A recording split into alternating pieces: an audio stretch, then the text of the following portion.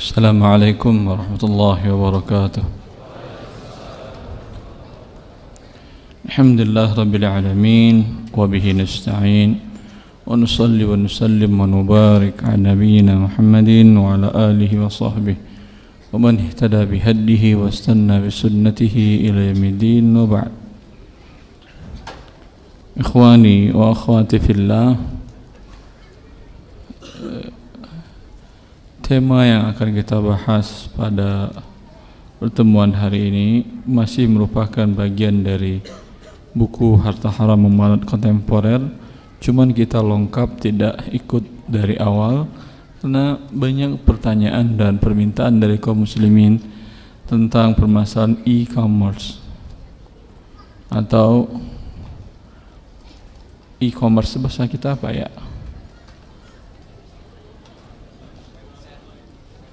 Online, jual beli online, jual beli online atau OL mereka bilang ya. Permasalahan online dalam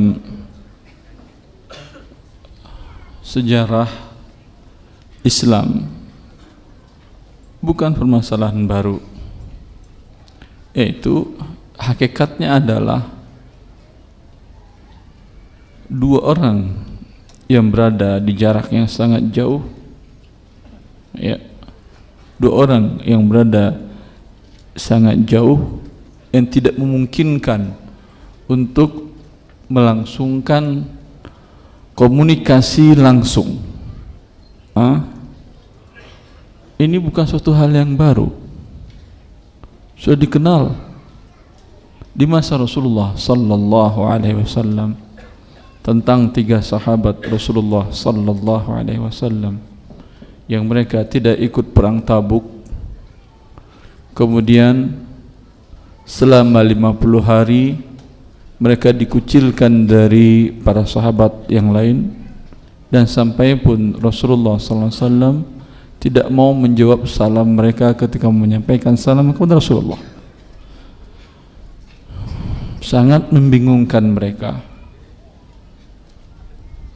Ka'ab bin Malik, salah seorang di antara mereka, beliau menceritakan selama 50 hari akhirnya Allah Subhanahu wa taala menurunkan ayat menerima pertaubatan mereka.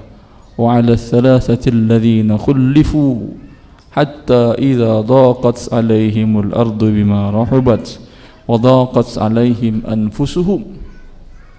Tentang tiga orang yang tidak ikut perang Tabuk. Di hari ke-50 Allah terima taubat mereka. Maka kata Ka'ab bin Malik, pada hari ke-50 saya tidak tahan menghadapi hajar atau isolasi namanya apa? Tidak ada bukan diskriminasi, dia dijauhkan dari istrinya pun, dipisahkan dari dia, isolasi kan ya.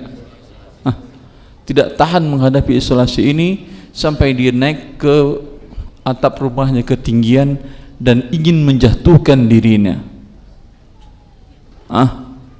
Di waktu itu para sahabat ketika mendengar ayat itu turun yang menyatakan pertaubatan mereka bertiga ini diterima oleh Allah, Ka'ab bin Malik, Hilal bin Umayyah, Allah menerima pertobatan mereka. Para sahabat, teman-teman mereka yang lain berlomba-lomba untuk menyampaikan kabar gembira ini kepada para sahabat yang tiga ini. Kan mereka juga merasa terenyuh, kasihan. 50 hari seluruh sahabat dilarang berbicara dengan tiga sahabat ini. Sampai istri mereka pun sendiri tidak boleh berbicara pun tidak boleh. Enak hidup di dunia ketika itu. Maka ada di antara mereka yang mengejar kudanya sekencang mungkin untuk menyampaikan berita ini. Lalu tapi ada satu orang yang naik ke puncak ketinggian dan mengatakan, wahai Ka'ab, sesungguhnya Allah telah menerima pertaubatanmu. Kata Ka'ab, suara lebih dahulu daripada kuda. Online atau tidak itu? Online atau tidak? Masya Allah. Online ya akhi. Dengan suara. Dan di masa Umar bin Khattab radhiyallahu taala an, ketika beliau menaklukkan Qadisiyah, perang menaklukkan itu perang panjang melawan imperium besar di masa itu, imperium Persia, yang merupakan kejayaan dan kebanggaan negara Iran sekarang. Mereka imperium besar sekali. 1000 tahun api yang mereka sembah itu tidak pernah padam. Itu menunjukkan mereka besar atau kecil. Punya dana besar mereka untuk menyalakan api selama 1000 tahun. Agama Majus. Maka penaklukan imperium ini dimulai dari pinggiran kekuasaan mereka.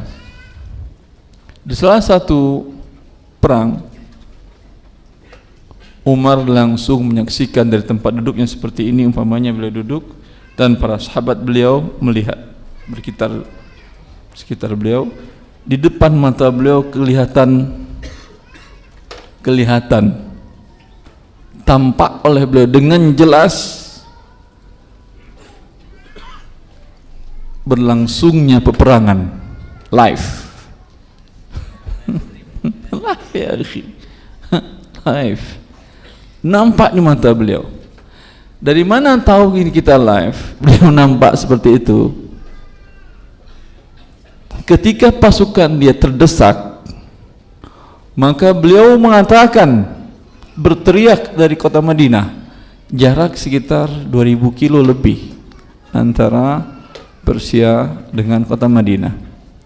Beliau mengatakan 2000 kilo Jakarta kemana itu? Sulawesi? Lebih. Surabaya ke Arab Saudi itu 9000 kilo kalau pesawat. Dari 2000 kilo sampai kemana sudah itu? Singapura nggak ada 90 kilo ya. Ujung Jawa ke Jawa cuma 1000 kilo palingan ya. Lebih. Anggap sampai ke Irian Jaya. Nampak oleh beliau mengatakan dengan lantang dari Madinah, Al-Jabal ya Sariyah, Al-Jabal, Al-Jabal. Wahai pasukan, kalian terdesak, mundur teratur daerah, naik ke gunung, sehingga mereka tidak bisa menyerang kalian lagi, dan kalian mempersiapkan kekuatan baru dari atas gunung. Didengar oleh semua para sahabat yang ikut dalam perang tersebut, dan mereka mundur teratur ke gunung mendengar perintah dari Umar bin Khattab yang menyaksikan langsung pertandingan perang dari kota Madinah. Lalu ketika pasukan ini sampai ke Madinah, dan dengan demikian mereka berhasil menang, memukul mundur musuh di waktu itu. Qadarullah, kalau bukanlah ucapan Umar, taktik ini mungkin sesuatu terjadi lain. Sampai di Madinah, Umar mengatakan, alhamdulillah Allah memberikan kemenangan kepada kita. Para pasukan yang ikut, panglima-panglima itu mengatakan, kami mendengar suara engkau langsung wahai Umar. Kata Umar, saya melihat langsung dan Allah menyampaikan kepada kalian suara saya dalam jarak 2000 kilo. Online atau tidak? Alhamdulillah, sudah lama online itu, tidak ada yang baru. Tayyib. Cuman masalahnya mereka bukan buat dagang. Mereka untuk menyampaikan pertaubatan, menyelamatkan manusia dari kesyirikan, bukan untuk dagang. Maka ini online sekarang dibukakan oleh Allah, pintu online kemanapun pun bisa, ke ujung dunia. Yang berapa jarak ujung dunia itu? Berapa kilo jaraknya? Berapa? Kira-kira berapa kilo? Anggap 20.000 kilo, 30.000 kilo. Bisa nggak Anda sampaikan syariat Allah kepada mereka? Bisa. Dari rumah Anda yang ukurannya paling 3x5, sampai syariat Allah kepada mereka. Bisa. Menjadi kewajiban Anda ya. Jangan buat bisnis saja. Jangan buat dagang aja.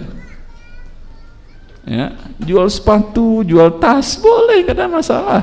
Bagian dari rezeki Allah. Dan Allah pun memuji dan menyamakan antara orang yang melakukan perjalanan bisnis dengan perjalanan jihad, disamakan oleh Allah. Allah mengatakan dalam surat akhir surat Al-Muzammil, wa akharun yatribuna fil ardi yabtaghuna min fadlillah wa akharuna yuqatiluna fi sabilillah. Kata Allah, sebagian manusia ada yang berpindah dari suatu kota ke kota yang lain, melakukan perjalanan untuk mencari rezeki Allah. Ngapain dia berarti? Dagang, bawa barang dari kota A ke kota B, dijualan untung. Dan sebagian lagi ada yang berpindah dari satu kota ke kota yang lain, melakukan perjalanan jauh untuk berjihad fi sabilillah. Masya Allah. Sekarang online tadi gunakan berdua-duanya, ya. Karena mungkin ada beberapa komunitas, ada beberapa individu tidak terjangkau oleh dia, mungkin nggak kenal mana kajian yang benar, ya, mana kajian sesuai dengan Quran dan hadis. Anda kenal orangnya dengan berbagai cara, kesempatan bagi Anda. Andai dia dapat hidayah keluar dari sebuah dosa, kesyirikan, dosa besar, riba dan lain-lainnya, dengan beberapa kata yang Anda kirimkan kepada dia, di sisi Allah lebih bagus ini pahalanya Anda dapatkan daripada kendaraan yang termewah. Li ayyahdiyallahum bikam ra'an khairun laka min humurun na'am. Kata Rasulullah, seseorang mendapat hidayah dengan perantaraanmu di sisi Allah Azza wa Jal lebih baik daripada unta yang merah. Ya, baik. Kalau ingin juga berbisnis dalam hal ini, boleh, tidak ada masalah juga. Bukan kata diri Allah memuji orang yang melakukan perjalanan untuk berjihad dan bisnis. Dua-duanya dipuji oleh Allah Azza wa Jal. Boleh, tapi dia ada kaedah, ketentuan yang berbeda dengan ketentuan dagang dan bisnis offline. Paham? Paham itu? Di antara ketentuannya, mulai dari persyaratan secara umum sebuah akad sah dan tidaknya, itu akan ada perbedaan. Masih ingat syarat rukun dan syarat jual beli atau sebuah akad? Masih ingat apa aja syaratnya? Ada yang bisa jawab? Dapat pahala dari Allah, silakan. Yang bisa jawab? Hadiah saya nggak bisa janjiin, saya nggak bawa buku, cuma satu sih. Pahala dari Allah, Allah ya Bang. Ada akidain, ada dua orang berakad. Kalau untuk online tadi, ada nggak si penjualan pembeli? Ada atau tidak? Baru dia chatting dengan Anda, barang belum dikirim, ternyata dia meninggal. Masih ada dia? Atau pada saat chatting dia meninggal, pada saat online dia meninggal? Ada atau tidak?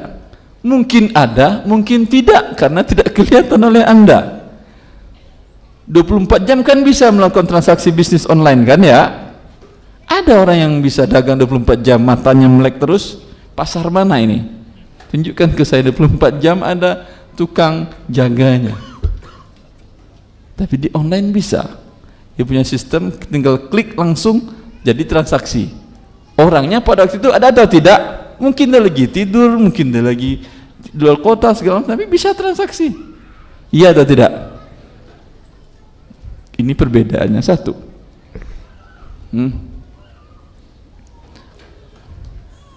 Kemudian al-aqidain. Tahukah Anda yang berakad dengan Anda sudah memenuhi kecakapan yang dibuat oleh syariat? Di antaranya Allah mengatakan bahwa jual beli itu harus sudah baligh. Wabtalul yatama hatta idza balagun nikah. Tahukah Anda penjual atau pembeli? Tahukah Anda lawan transaksi sudah balik atau belum? Tahu atau tidak? Tidak. Ternyata dia belum balik. Kalau untuk akad jual beli gorengan mungkin boleh. Hah? Ini enggak, tas kulit, Masya Allah, harga $30 US. Itu enggak ada anak jual beli di pasar yang tas kulit $30 US. Ada anak yang berani? Kalau ada anak yang berani jual, enggak ada. Baik. Kemudian ada ijab dan qabul dalam sebuah akad. Seperti dia mengatakan, saya jual, saya beli. Ini ada persyaratan khusus. Di antaranya langsung. Tidak ada jeda waktu, tidak berpisah majelis. Kalau umpamanya ini adalah majelis tempat dagang, umpamanya, selagi mereka belum keluar dari ruangan ini, masih ada hak khiyar majelis. Dia jadi, dia enggak, boleh. Ada majelis akadnya. Kalau untuk online tadi, mana majelisnya? Dia nun jauh di sana di Sulawesi 2000 kilo, Anda di sini. Satu majelis atau dua majelis? Banyak majelis. Anda enggak tahu, mungkin dia sambil jalan dia bikin akad, sambil jalan di pesawat mungkin dia bikin akad. Tayyib. Majelisnya di mana ini? Di atas Laut Jawa atau di atas Sulawesi atau di atas mana lagi, Semarang atau di atas mana? Mana majelisnya? Sedangkan yang satu mungkin di rumahnya di Jakarta. Ada majelisnya? Ini permasalahan baru juga. Kemudian untuk barangnya, dan ini yang paling bermasalah di dalam sah dan tidaknya. Untuk barang yang disyaratkan serah terima tunai dalam tukar menukar perdagangan akad, contohnya apa? Apa yang disyaratkan tunai oleh Rasulullah? Emas, Masya Allah. Terus apa lagi? Perak, apa lagi? Garam, Masya Allah, garam, betul. Gandum dengan dua bentuknya, syair dan bur. Satu lagi apa? Korma. Rasulullah mengatakan, az-zahab bil-zahab, wal-fiddah bil-fiddah, wal-burru bil-burri, wal-sya'iru bil-sya'iri, wal-milh wal-tamru bil-tamri, wal-milhu bil-milhi. Kata Rasulullah, yadan biyadin, mislan bimislin. Fa idza ikhtalafat hadhihi al-asnafu fabi'u kaifa syi'tum idza kana yadan biyadin. Untuk 6 komoditi dan seluruh komoditi yang bisa dikiaskan dengan ini, ada syarat khusus. Rasulullah mengatakan tukar emas dengan emas. Syaratnya 2. Pertama, yadan biyadin. Ini emas kamu, sini saya terima langsung di sini. Emas saya terima emas kamu, saya serahkan sekarang langsung di sini. Enggak boleh dia keluar dulu. Kalau keluar dulu tidak tunai namanya dan terjadi riba. Syarat yang kedua harus sama. Yang menjadi masalah di online, bisa nggak tukar emas dengan emas langsung? Bisa. Masuk dia ke dalam gelombang elektromagnetik itu, emasnya sampai ke rumahnya. Masuk lagi gelombang sampai gitu. Mungkin nanti bisa, wallahu alam. Yang sekarang tidak ada. Kecuali ada khadamente jin yang bawain sana jin. Tapi nggak bisa juga dalam waktu yang sama. Siapa tahu jinnya di tengah jalan, masih di jalan Gatot Subroto, ente sudah keluar dari rumah, bisa majelis. Faham? Ini tidak bisa dengan online. Dikiaskan dengan ini, itu sama, sejenis. Berbeda jenis tapi satu illat.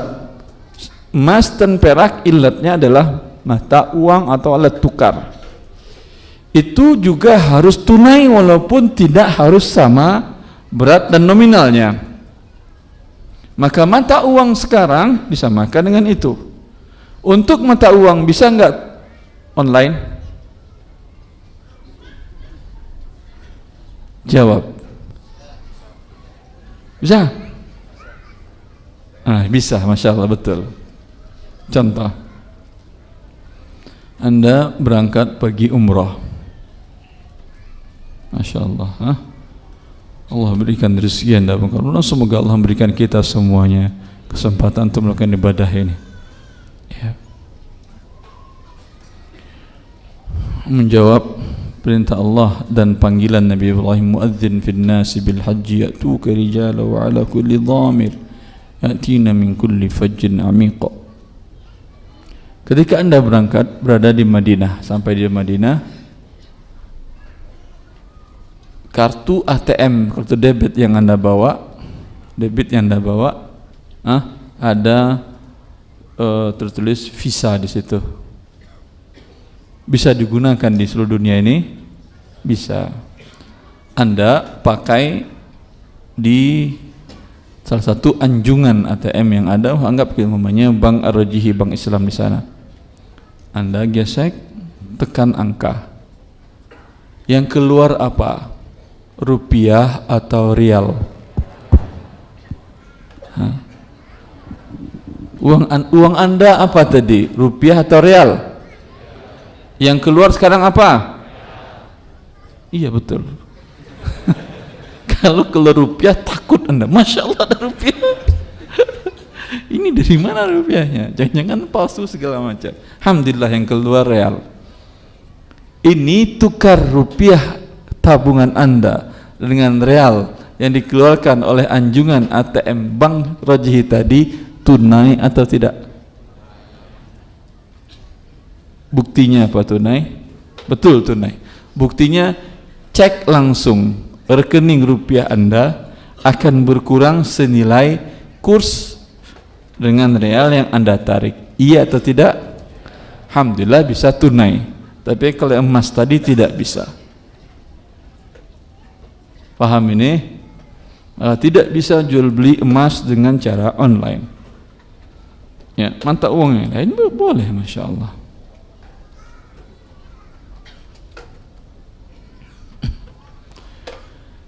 Tapi ada beberapa bentuk pengiriman transfer uang.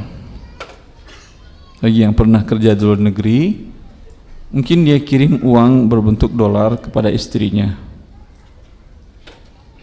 Umpamanya dia kirim $1.000 US ke istrinya di mana? Jakarta atau di mana aja lah, bukan di Indonesia. Yang tertulis di slip transfer dia di negara tempat dia mengirimkan tadi itu nominal dolar atau rupiah? Yang pengalaman, yang pernah, jangan asal jawab untuk pengalaman atau tidak. Yang tertulis apa? Anda serahkan $1.000. Yang tertulis di sana dikirim dolar, kemudian sekian kursnya, sekian rupiahnya. Berarti yang akan diterima di Indonesia rupiah atau dolar? Diserahkannya dolar di jarak 7.000 kilo. Kemudian diterima rupiah jarak 7.000 kilo tempat penyerahan. Sedangkan kita katakan tadi syarat tukar menukar mata uang haruslah tunai. Ini sekarang tunai atau tidak? Tunai atau tidak?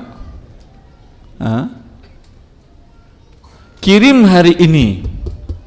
Apakah kirim jam 9.30 waktu Indonesia? Di sana nggak tahu, mungkin bisa mundur kalau dia di Arab Saudi, di barat dia kalau bisa maju bisa mundur. 9.30. Apakah di waktu pengiriman itu langsung bisa dia cairkan? Ada yang bisa, ada, betul, ada. Ada beberapa jasa transfer yang bisa langsung tunggu di kantor pos atau di mana Anda langsung bisa dicairkan, ada. Tapi umumnya kalau antar bank itu ada jasa transfer khusus. Kalau umumnya tidak, belum bisa dicairkan. Tapi sudah masuk tercatat ke rekening, iya atau tidak? Sudah cek di rekening, sudah masuk. Tapi datang ke tellernya, Mbak, masuk nggak transfer dari suami saya? Masuk. Tapi dicairkan sudah bisa, terkadang belum, butuh waktu sekian untuk clearing, nggak tahu. Kadang sekali 24 jam, sekarang sekian. Ya, ini tunai atau tidak namanya? Belum bisa diambil, belum bisa digunakan, tapi sudah tercatat di dalam pembukuan rekening Anda. Tunai atau tidak namanya? Tunai. Cuman nama penerimaannya qabdun hukmi. Secara hukmi masuk ke rekening, masuk ke dalam uang saya. Sama umpamanya kita tukar uang, saya tukar $1.000 dengan beliau rupiah 13 juta, ya. Beliau punya brankas, ada lubang kecil gitu, bisa untuk masukin uang di situ. Saya bilang, sini rupiahnya, dan ini, atau dia jarak jauh masukin ke rekening saya rupiahnya, yang Anda saya masukin ke dalam brankas Anda ini. Paham antum kasusnya? Di brankas tadi bisa dia ambil, kalau kuncinya ketemu, iya, lupa dia nomor passwordnya dan kuncinya hilang. Itu butuh berapa hari buka brankas tadi itu? Wallahu a'lam, mungkin sehari 2 hari cari dulu segala macam. Belum, sudah bisa dipakai uangnya? Belum, tapi sudah masuk ke pemilikan dia? Sudah. Tunai atau tidak? Sama dengan yang tadi. Jelas atau tidak? Masya Allah. Ini untuk komoditi al-mabi', objek yang diperjualbelikan tadi. Untuk 6 komoditi ini ada syarat khusus tadi, tunai dan tidak tunainya. Untuk komoditi lain seperti menukar rupiah dengan tas, menukar tas dengan kacamata, menukar baju dengan rupiah, menukar celana dengan dolar, ini ada persyaratan tunai? Tidak ada. Yang persyaratan tunai itu satu jenis atau satu ilatnya, seperti sama-sama mata uang, sama-sama makanan pokok, berbeda ilat. Yang satu adalah mata uang, yang satu makanan pokok, boleh tidak tunai. Boleh beras diambil hari ini, uang dibayar 3 hari lagi, boleh. Tidak harus tunai, tukar rupiah dengan beras. Tapi tukar rupiah dengan rupiah harus tunai. Tukar rupiah dengan dolar harus tunai. Tukar beras dengan tepung harus tunai. Tapi tukar tepung dengan perak, dengan rupiah, boleh tidak tunai. Faham sampai sini? Maka dalam jual beli online tadi nggak ada masalah, boleh. Tapi permasalahan lanjutan dari persyaratan akad yang lain terpenuhi atau tidak. Orang yang berakadnya untuk barang-barang yang harganya mahal mesti adalah orang yang sudah balik dan berakal. Tapi biasanya orang yang bisa melakukan transaksi dengan via online, anak-anak bisa juga. Bisa, kalau gitu berbahaya ini. Jangan-jangan ini yang membeli anak-anak. Anak-anak dia beli namanya tas kulit, atau jaket kulit beli anak-anak. Tapi kan antum tahu ini ukurannya anak ini. Tapi perlu nggak Anda bertanya kepada dia, atau buat di dalam term of conditionnya umur berapa, begitu kan ya? Tapi kan bisa dia tinggal klik aja, tulisnya umur 25, padahal umurnya cuman baru 7,5 tahun atau 5,5 tahun. Bisa atau tidak? Bisa. Wah, terlalu repot Ustaz. Kalau gitu setiap nanti umur Anda berapa segalanya, enggak ada masalah. Pada dasarnya akad tadi boleh, kecuali ternyata dia anak kecil, apa boleh buat? Akad tidak sah. Kemudian konsekuensi dari akad tidak sah, uang kepemilikan menjadi tidak halal di tangan Anda, uang imbalan barang tersebut. Hanya itu saja. Dan jumlah biasanya persentase dari anak yang melakukan transaksi online berapa persen? Sampai 10%. Anak yang belum balik yang melakukan transaksi online sampai 10%. Oh, tapi bermasalah game, biasanya anak-anak doyan game kan ya? Ini berbahaya nih game ini. Kalau transaksi game itu umumnya anak-anak atau orang tua yang main game? Dua-duanya, orang tua juga main game. Subhanallah. Ini orang tua ya nggak bahagia waktu kecilnya ya akhi. Waktu kecil bahagia main di sawah itu lebih bahagia daripada main game. Subhanallah. Ya. Umumnya anak-anak. Tetapi kalau harga anak-anak nggak ada masalah juga. Bukankah anak-anak setiap hari jajan Anda berikan di sekolah? Ya. Maka kalau Anda ingin jual game juga, pertama game yang berguna, bermanfaat bagi yang melakukannya. Ya, bukan sekedar game pukul mati kemudian. Ini berbahaya, nanti anak kaum muslimin dipukulnya andeknya, dipukulnya ayam, dipukulnya ini. Subhanallah. Baik. Kalau untuk harga yang bagi anak-anak tahu dia harganya, insya Allah nggak ada masalah. Baik. Kemudian mengenai si penjualnya ini, dan ini yang biasanya sering digunakan dan agak repot untuk meyakinkannya.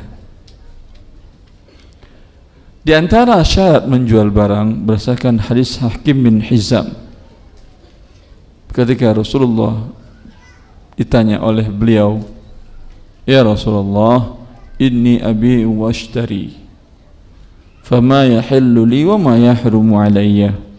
Wahai Rasulullah, hadis riwayat Bukhari dan Muslim. Saya profesinya dagang ya Rasulullah. Saya beli barang lalu saya jual. Saya jual barang kemudian saya beli lagi dari barang yang lain, saya jual lagi. Mohon jelaskan apa yang halal dan apa yang haram dalam profesi saya ini. Kata Rasulullah, "Ya bna akhi, la tabi' ma laysa indak." Wahai anak saudaraku, jangan kau jual barang yang belum engkau miliki. Di online biasanya ambil gambar dari sini atau foto, taruh di website, dijual. Foto dari toko orang, ini kayaknya bagus, taruh di website. Begitu atau tidak umumnya? Jarang-jarang yang mengerti akan makna hadis Hakim bin Hizam tadi. Kata Rasulullah, jangan kau jual barang yang belum kau miliki. Ini dia pedagang ini. Pedagang, anggap dia maunya pedagang sembako. Stok yang ada di gudang dia umpamanya sekitar tinggal lagi 50 kilo. Orang ini datang beli, ingin beli 1 kuintal. Yang milik dia baru berapa? 50 kilo. Ya 50 kilo lagi milik dia atau tidak? Tidak. Dia telepon suppliernya, "Pak, ada 50 kilo di gudang Bapak?" "Ada." "Pak, ini ada list, saya beli dari Bapak ya." Baru dia telepon, "Iya, saya jual," kata dia. "Pak, saya transfer sekarang uangnya." Transfer uangnya ke si suppliernya tadi. Sudah menjadi dia barang tersebut? Belum. Ada lagi persyaratan yang kedua, yaitu diterima barang. Karena hadis yang tadi, la tabi' ma laysa indak, jangan jual barang belum jadi milikmu. Dalam hadis yang lain, la tabi'hu hatta taqbidahu. Wahai Hakim bin Hizam, jangan engkau jual barang yang telah engkau beli tapi belum diterima. Permasalahannya permasalahan risiko. Bila pedagang tidak ada risiko sama dengan riba. Ini dikatakan oleh Ibn Abbas ketika kenapa dilarang menjual barang yang sudah dibeli. Tadi kan sudah telepon, sudah akad, sudah transfer malah kan ya, tapi barang masih di tangan pedagang. Kata Ibn Abbas, itu yang terjadi uang dengan uang, barang masih tangan pedagang, supplier. Mana uang dengan uang? Baru dia transfer uang ke pedagang, umpamanya ditransfernya 5 juta. Kemudian diambil uang dari si pembeli berapa? 4 juta. Rugi dia berarti dagang. Berapa? Anggap 6 juta. Untung dia berapa? 1 juta. Yang terjadi apa? Tukar uang 5 dengan 6. Barang masih di tangan si supplier. Ini yang terjadi, ya tukar menukar uang, riba namanya. Dan ini yang terjadi di bursa yang dikatakan oleh para ulama riba dan judi. Jual beli di pusat bursa komoditi berpindah 100 tangan, 1000 tangan, 1 juta tangan, beli jual, naik, jual lagi, beli, naik, jual, murah, beli, naik, jual, naik, barang entah di mana. Sehingga ketika barang dieksekusi, ini harga sudah tinggi, barang eksekusi tidak ada hasilnya. Ini yang menghancurkan ekonomi pada 2009, namakan dengan bubble. Gelembung angkanya, tapi ketika eksekusi tidak ada barangnya. Barangnya tidak sampai segitu harganya. Ini dikatakan para ulama dengan judi dan riba tadi. Ini yang paling sering terjadi di jual beli online. Anda tidak tahu dia punya barang atau tidak. Lalu bagaimana caranya kita kalau pengen beli di online, Ustaz? Ustaz, kita tanya dulu, kamu sudah akad kamu dengan supplier bagaimana? Barang milik kamu atau bukan? Dan segala macam. Ya lihat aja, ada yang terkadang tertulis dia tinggal sekian barang, stok dia ada, begitu kan? Anda tahu bahwa memang dia punya barang. Ada yang nol, tinggal seberapa stoknya dia, ini jangan-jangan nggak punya barang. Atau terkadang nama webnya sama dengan merek dagangnya, berarti punya barang biasanya, iya atau tidak? Cari cara-cara seperti itu. Ya, kalau tidak, pada dasarnya tadi khawatir Anda membeli barang dari bukan penjualnya. Kalau Anda sudah berusaha mencari tahu dan ternyata terjadi juga, bagi Anda tidak masalah, tidak berdosa. Yang berdosa si penjualnya, menjual barang yang belum dimiliki. Ketika deal dengan A tadi, langsung tolong kirim langsung. Kan udah deal dia tadi, beli beras tadi kan ya, yang 5 juta tadi, deal ditransfer langsung. Biasanya si pedagang ini minta kirim ke dia dulu atau langsung ke pembeli, alamat pembeli? Langsung. Dia tidak mau. Kalau kirim dulu kan kosnya bertambah, Ustaz. Kos bertambah betul, tapi halal. Ini kosnya tidak bertambah, tapi haram. Zina dengan nikah, mana yang bertambah kosnya? Pasti nikah. Kosnya luar biasa, Masya Allah. Mulai dari awal sampai sekarang ketika punya anak, semuanya kosnya itu subhanallah. Tapi rezeki kan yang halal dari Allah. Zina enggak, kosnya kecil aja, mungkin besar di awal, habis itu enggak ada lagi kos-kosan. Tetapi dikutuk oleh Allah Azza wa Jalla dan rusak kehidupan manusia. Ya, tidak ada masalah bertambah kos, tapi bisa Anda perkecil ini. Bagaimana bentuknya? Bilang ke toko beras tadi, tunggu dulu supplier, jangan kirim dulu, akan saya utus orang saya datang ke toko Anda untuk serah terima. Nanti dari sana setelah serah terima, tanda terima dan naikkan barang ke truk, tolong Anda kirimkan ke alamat si fulan. Paham? Berarti jual belinya kapan? Setelah barang serah terima. Ini solusi, Masya Allah. Oh, itu kan dekat, Ustaz.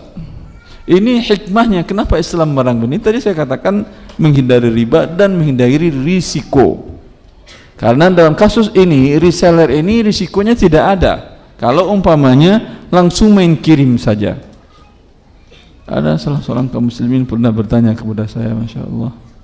Dia bertanya tentang orang tuanya sudah meninggal, tapi orang tuanya pernah membuat transaksi dagang dengan supplier material bangunan. Di salah satu kota dia beli di kotanya, kemudian minta kirim ke tempat dia, desanya dia, ke tokonya. Qadarallah, kata dia, truk yang berisi material yang dibelinya itu masuk jurang, barangnya hancur, truknya hancur, orangnya pun meninggal. Ya. Kata dia, Ustadz, apakah ibu saya, karena itu ibunya belum dikirim, ibunya belum bayar. Apakah ibu saya terhutang, Ustadz? Kalau memang ya terhutang, saya bayarin, gak ada masalah, kata anaknya. Kan sudah akad kan ya? Hah? Saya katakan, apakah truk sopir itu orangnya ibu Anda atau orangnya si penjual? Kan bisa jadi dikirimnya truk untuk biaya lebih murah segala macam, negonya silahkan saya jual harga sekian tapi ambil di tempat, kan bisa ada gitu kan ya? Kalau saya ngirimin harganya sekian, kan biaya cas lagi. Kan dia pikir-pikir, kata dia truk dan sopirnya itu milik si penjual, Ustaz. Kalau gitu orang tua Anda terbebas dari hutang.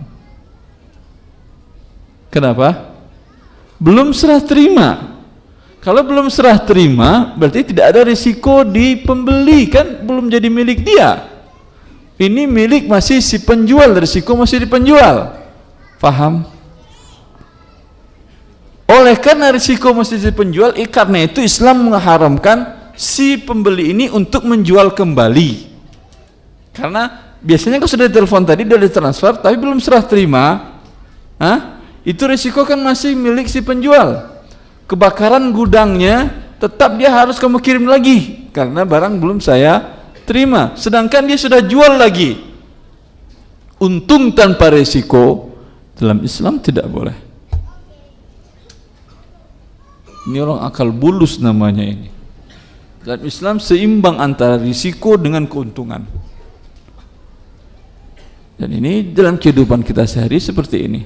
Semakin besar risikonya, semakin besar untungnya. Juga kalau rugi, semakin besar ruginya. Yang sering saya gambarkan, mana besar risiko pedagang dengan pegawai? Mana besar risikonya dalam cari rezeki? Pedagang. Seminggu dia dagang, buka toko, tiap hari masuk bersih-bersihin, belum tentu ada yang beli.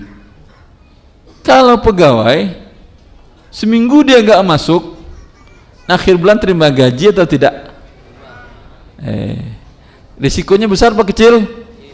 Karena itu gajinya kecil. Yang pedagang tadi risikonya besar, tapi 3 minggu yang belakangan tadi keuntungannya mungkin 10 kali lipat dari gaji yang risiko kecil. Allahumma adil. Terserah Anda mau pengen yang besar, risiko besar. Tidak, belum udah tidak. Allah balik fikum. Cukuplah saya kira ya, sudah 40 menit penyampaian. Silahkan kalau ada pertanyaan.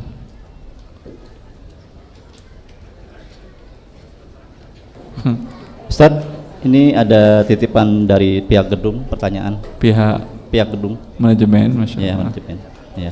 Jadi pertanyaannya, Assalamualaikum warahmatullahi wabarakatuh. Assalamualaikum warahmatullahi wabarakatuh. Bagaimana perhitungan zakat untuk hasil pertanian yang nilainya di bawah modalnya? Sebentar. Ini pertaniannya apa? Padikah, sawitkah, karet? Gabah. Padi. Hasil padinya berapa kilo? Kalau di atas satu nisab, yaitu 300 sok. 300 sok. Satu sok itu satu zakat. 4 mud. Sekitar 2,5 3 liter. Kalau dikonversikan dengan berat mungkin bisa 2,5 kilo, 2,6 kilo, tergantung basah kepadatannya dan basah dan tidaknya. Berarti kalau umpamanya 2,5 dikali 300, 750 kilo. Paham? Walaupun rugi tetap bayar zakat. Artinya 750 kilo biaya. Kalau dijual umpamanya dapat uang sekitar 30 juta. Tapi biaya operasionalnya karena umpamanya tada hujan, air dibeli segala macam, modal bisa dijual cuma 30 juta, modal 40 juta. Paham? Wajib dizakatkan atau tidak? Iya, wajib. Karena ini sampai nisab dan sudah panen. Begitu juga dengan dagang, harta perniagaan. Barang yang dijual belikannya dengan uang cash ketika memulai dagang itu sampai nisab sekitar umumnya 200 juta.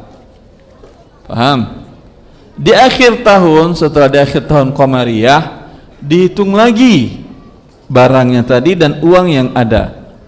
Dari 100 juta tadi tinggal lagi umpama 50 juta. Masih ada zakat. 50 juta itu kan lebih dari 85 gram emas, lebih senisab. Ada zakat? Iya ada. Tapi dari yang 50 bukan dari yang 100. 2,5% dari 50 kan kecil. Paling 1,2,5 juta. Bukan yang dari 100 juta dikeluarkan. Jelas? Sampaikan kepada yang bertanya nanti wabillahi taufik. Dan insya Allah jangan khawatir Anda, wah ini saya rugi, mah kena zakat lagi. Kalau tidak Anda bayar, rugi selama-lamanya Anda, rugi dunia dan rugi akhirat. Kalau Anda bayar, Allah akan tumbuhkan zakat Anda, perdagangan Anda. Ma naqasa malun min sadaqah, kata Rasulullah, tidak ada harta berkurang dengan disedekahkan. Dan ini real bukti dan kenyataan. Orang yang bersuka bersedekah, rezekinya dibukakan Allah dari berbagai pintu jalan dan tidak akan miskin dia. Dahulu waktu kuliah di Arab Saudi ada seorang kaya raya di sana yang punya bank Islam di situ. Zakatnya untuk mahasiswa saja sekitar 1.250.000 real. Berapa miliar itu? 4 miliar. Itu yang buat mahasiswa aja, belum yang lainnya. Jadi miskin dia? Enggak, jadi makin kaya dia. Itu buat zakatnya 3 miliar dia keluarkan untuk mahasiswa saja, mahasiswa asing yang kuliah di situ. Belum lagi yang untuk yang lain-lainnya. Dulu waktu terjadi gempa di Aceh, kalau tidak salah dia kirim sekitar 150 miliar hibah, bukan pinjaman. Hibah bukan pinjaman. Kalau negara-negara lain biasanya pinjaman dan berbunga riba. Itu bukan bantuan. Allah mengatakan itu kehancuran. Assalamualaikum warahmatullahi wabarakatuh. Waalaikumsalam warahmatullahi wabarakatuh. Ustadz, profesi saya arsitek dan juga pemborong. Masya Allah. Kebetulan saya ada beberapa arsitek dan sekalian Gus punya developer gitu. Iya. Developer juga tadi. Iya. Dan saya suka mendapatkan pekerjaan seperti bangun salon gitu, Ustadz. Suka apa? Dapat proyek salon, bikin salon untuk kecantikan kayak gitu, Ustadz. Nah, kira-kira itu hasil yang didapat haram atau halal, Ustadz? Bentar. Desain dan bangunnya, Ustadz. Bangun rumah salon kecantikan. Iya. Rumah salon kecantikan ini maksiat atau bukan mak salon? Kalau di negara, beda-beda negara kali ya. Setahu saya di Arab Saudi biasa perempuan datang ke salon, laki-laki datang ke salon, bahkan ya asal tidak ada maksiat di sana, tidak ada masalah. Salonnya salon umum, Ustaz. Sebentar, salon Indonesia secara umum apa saja yang dilakukan di situ? Potong rambut. Potong rambut boleh. Mewarnai rambut. Terus mewarnai rambut boleh, bukankah bapaknya Abu Bakar, Abu Quhafah, rambutnya diwarnai jadi warna katam, warna agak kuning kemerah-merahan? Boleh. Tidak apa-apa, Ustaz ya? Hah? Yang itu boleh, ada lagi yang enggak boleh? Tidak, Ustaz. Selama ini sih yang boleh potong alis. Nah. Kemudian apa lagi? Alis mana? Ini apa ini? Bulu mata. Larang. Alis. Ini diharamkan. Kemudian kikir gigi, mutafarrijat. Kalau kikir gigi ada di salon nggak ada kan ya? Ada. Ada salon? Tidak ada kan ya? Ada. Ya. Bila ini kalau paling sekitar 5% yang haram, 90%-nya halal. Hukum asalnya adalah lil ghalib. Bagi yang mayoritas. Boleh insyaallah taala. Ustaz. Allah barik. Jazakallahu Ustaz. Allah salam. Satu ibu langsung. Ya, assalamualaikum warahmatullahi wabarakatuh. Pertanyaannya, apakah GoPay termasuk dalam riba? Karena kita harus top up seperti pulsa namun mendapatkan diskon. Kemudian bagaimana hukumnya untuk uang elektronik seperti e-money yang kartu flash dan sebagainya? Syukran. Allah barik fiik. Ini sempat ramai ya di medsos kan ya. Masya Allah. Dan sudah saya jelaskan rinciannya di buku Harta Haram Amal Kontemporer cetakan ke-15 tentang hal ini. Permasalahannya bukan GoPay-nya haram, e-money haram, tidak. Tapi bila ada tindakan dari salah satu pihak yang melanggar syariat Allah, ketika itu ini menjadi haram transaksinya. Jelas itu? Bukan ATM haram, kartu kredit haram, tidak. Tapi ketika ada persyaratan-persyaratan dalam kartu itu yang melanggar syariat Allah, maka dalam transaksi itu menjadi haram. Bila tidak mungkin dipisahkan sama sekali, pasti akan ada, berarti haram dia sama sekali. Mutlak haram. Faham ini? Kembali kita ke permasalahan GoPay. Ya. GoPay tadi kan Anda deposit uang, ya atau tidak? Deposit uang ini artinya apa? Akadnya apa? Meminjamkan, bukan beli jasa dia. Karena belum ada transaksi jasa, baru ngirimkan uang. Ketika masuk ke rekening perusahaan GoPay tadi, sudah bisa nggak dia gunakan uangnya? Itu dia akad pinjaman, bukan akad jual beli jasa. Kalau jual beli jasa seperti pulsa, tidak deposit namanya, langsung dibayar pulsa. Atau Anda beli tiket pesawat 3 bulan sebelum berangkat, deposit namanya, atau beli tiket namanya, tidak deposit namanya. Bisakah Anda minta program deposit ke salah satu penerbangan, maskapai penerbangan di Indonesia, umpamanya maskapai yang terkenal Garuda, saya sering kerja ke antar pulau segala macam, atau ada bisnis segala macam. Khawatir saya nanti pada waktunya rekening saya kosong. Saya deposit di Anda umpamanya 10 juta. Dia bilang, Bapak beli tiket kemana? Belum ada, beli nanti. Pegang 10 juta, besok saya beli tiket umpamanya ke A, kota A, berkurang uang saya. Besok saya beli kota B, berkurang uang saya. Bisa nggak di Garuda? Bisa atau tidak? Tidak bisa, karena tidak ada deposit dia. Kalau yang di GoPay bisa atau tidak? Dan itu memang yang diinginkan. Karena semakin banyak orang deposit, uang semakin banyak bisa diputar, dapat modal. Jangankan masalah permodalan, masuk saja uang ke rekening dia, kalaulah di bank riba ataupun di bank syariah, ada nggak bagi hasil ada pertambahan? Ada atau tidak? Ada. Andai umpamanya ada 1 juta orang deposit 100.000, berapa miliar itu? 1 juta kali 10.000 berapa? 100.000 10 miliar. 10 miliar per hari, berapa sudah keuntungannya? Karena nggak mungkin hari ini Anda masuk, hari ini habis langsung saldonya Anda gunakan membayar ke drivernya. Mungkin atau tidak? Mungkin dari 1 juta orang yang bayar tadi, paling yang menggunakan di hari itu paling 5%, 10%. Iya atau tidak? Itu keuntungan yang luar biasa. Dan buktinya ini keuntungan luar biasa. Anda lihat banyak perusahaan berlomba-lomba membuat skema yang sama, bisa mengumpulkan dana sebanyak-banyaknya, sampai di situ tidak masalah. Tetapi karena akadnya deposit meminjamkan, maka si pemberi pinjaman tidak boleh mendapatkan keuntungan atau pertambahan. Ya, silakan deposit, nggak ada diskon. Mau bayar pakai deposit, mau pakai uang cash, tidak ada, sama. Tapi kalau dia buat sistemnya seperti itu, menarik nggak bagi para konsumen? Menarik apanya? Ngapain saya kirim uang ke dia, uang saya berkurang, bagi saya nggak ada manfaat.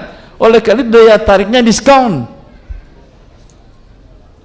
berkurang. Diberikannya adalah keuntungan laba. Kalau ke lain jasa sekian, kalau cash, kalau ke ini jasanya jadi murah. Kenapa jadi murah? Untuk menarik orang memberikan pinjaman kepada dia. Bukankah keuntungan jasa pinjaman, jangankan Abu Hanifah radhiyallahu taala an, kalau dia meminjamkan uang kepada seseorang, ya, uang kepada seseorang, maka kalau hujan dipanggil oleh orang minjam uang tadi, ta'ala imam, berteduh di rumah saya, istazil tahta baiti, masuk rumah silakan berteduh, kasihan hujan-hujan nanti kamu demam. Beliau tidak pernah mau, khawatir itu manfaat dari pertambahan dari uangnya. Kalaulah dia berteduh di tempat lain kan bayar, ya atau tidak? Maka ini yang dikatakan Rasulullah SAW, idza aqrada ahadukum qardan wa uhdiya ilaihi aw hamalahu fi dabatihi fala yaqbalha wa la yarkab illa yajri bainahu wa bainahu qabla dhalika. Hadis Abu Dawud disahkan banyak para ulama dan An-Nawawi dan Syekh Al-Albani.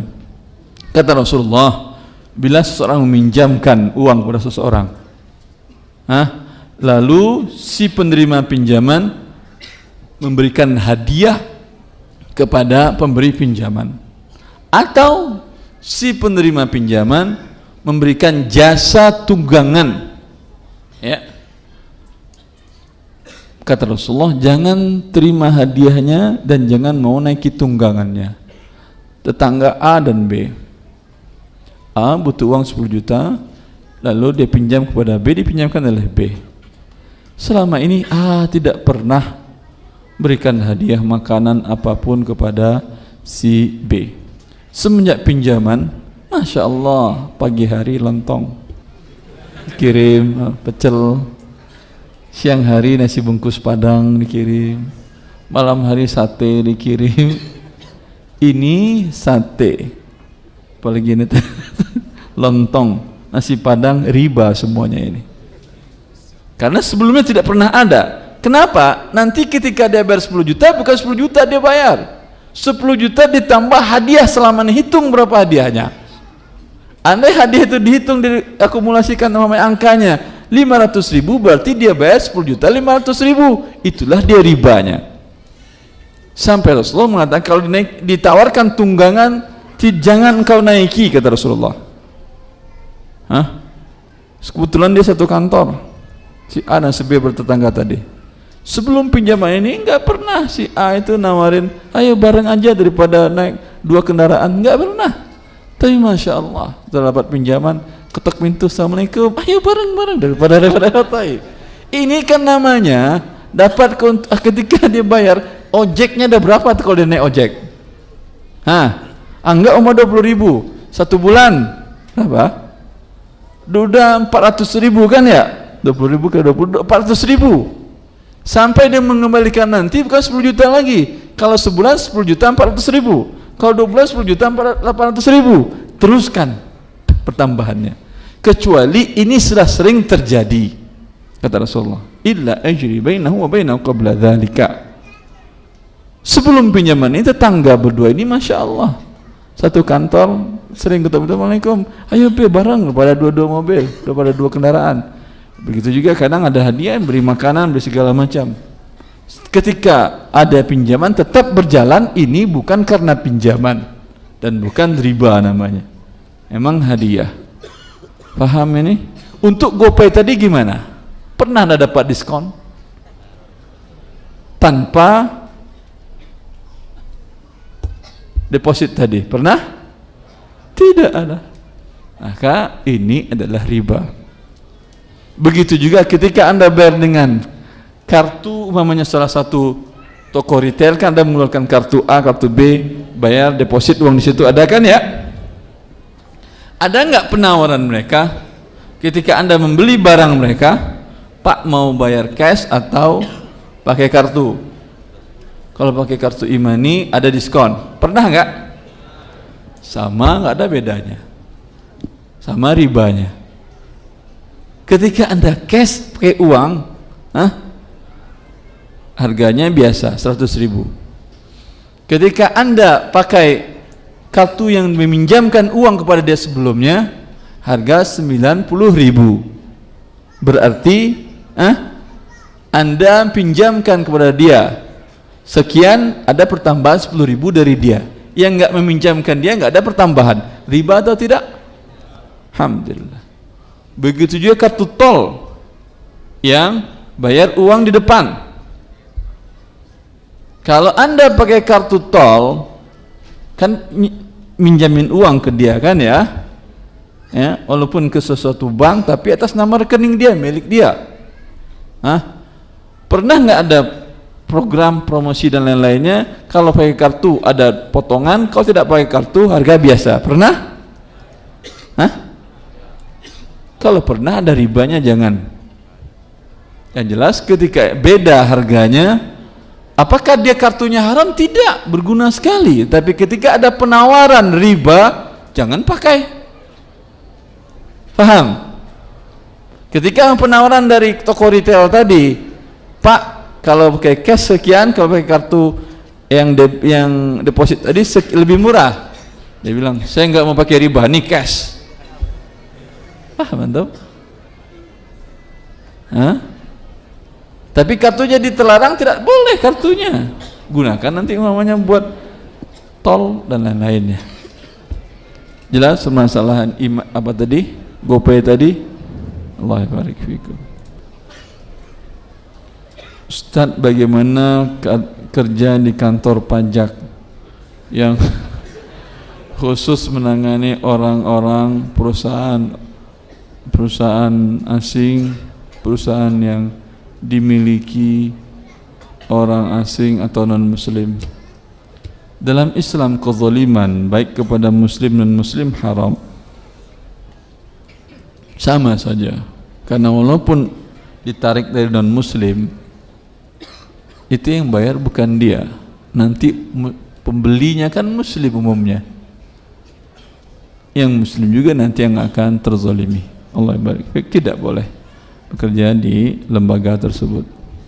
Yang bilang ini bukan saya, Rasulullah sallallahu alaihi wasallam. Beliau mengatakan yadkhulul jannata sahibu maksin, tidak akan masuk surga penarik pajak. Silahkan nomor 2 yang pakai mic. Assalamualaikum warahmatullahi wabarakatuh. Salam warahmatullahi wabarakatuh. Ustaz, jadi teman ana dia punya usaha dagang baju celana. Lalu baju celana, ya, celana. Terus saya ngejualin barang dia itu, Ustaz. Tapi yang ngirim teman saya itu, dan misalnya harga bajunya 100.000, saya jual 100.000 juga, tapi nanti saya dapat dikasih 20.000 bisa jadi saya ngasih ke dia 80.000, saya dapat 20.000, itu kayak gitu gimana, Ustaz? Harus bayar dulu Anda baru dikirimkan dia kepada pembeli dari Anda atau tidak? Biasanya sih pembelinya bayar ke saya dulu, baru nanti teman saya ngirim. Enggak. Itu teman tadi itu. Setiap barang yang Anda suruh kirimkan kepada pembeli Anda, dia minta uang di depan dulu atau tidak? Enggak, Ustaz. Kalau enggak boleh. Ini betul keagenan, atau dalam fikih namakan dengan wakalah. Kenapa tidak minta? Karena teman saling percaya. Dan ini tidak mungkin resellernya orang yang entah berantah di negara entah berantah. Iya atau tidak?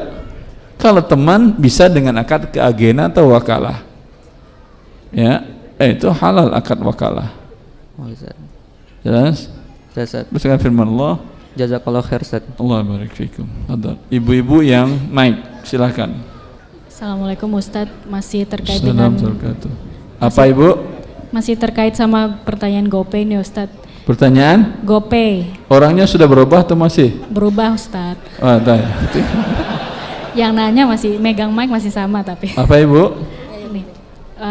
Ini misal GoPay-nya mau di stop, tapi masih ada sisa GoPay-nya uang. mau apa? Mau di stop nih Ustadz. Enggak lanjutin lagi terus.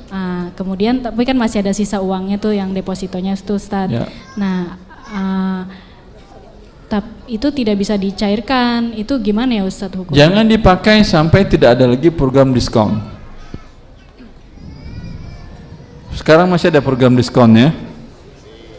Masih? Jangan pakai dulu. Pendam dulu aja. Suatu saat atau jual bisa dijual itu. Bisa. Kalau nggak bisa sabar aja dulu. Tak jelas Ibu? Baik. Sekarang dari kertas. Ustadz, saya mau tanya, saya seorang driver ojek online. Sebagai driver yang baik dan taat sesuai peraturan perusahaan, termasuk mengikuti peraturan perusahaan untuk tidak diperbolehkannya menggunakan memodifikasi aplikasi ojek online, tetapi sebagian kerabat dan teman-teman seprofesi saya banyak yang memodifikasi dan menambahkan aplikasi supaya dapat orderan banyak. Pertanyaan saya, apa hukumnya jika kita mencari rezeki dengan memodifikasi aplikasi supaya dapat order banyak, tetapi dari perusahaan tidak diperbolehkan? Apa hukumnya jika konsumen atau penumpang membayar dengan kartu kredit karena diperbolehkan dari perusahaan? Pertama, al-muslimuna ala syurutihim. Orang muslim itu, mereka itu selalu memenuhi persyaratan yang dibuat. Selagi persyaratannya tidak maksiat, wajib Anda penuhi. Allah mengatakan, ya ayyuhalladzina amanu aufu bil uqud. Wahai orang beriman, penuhi akad kalian.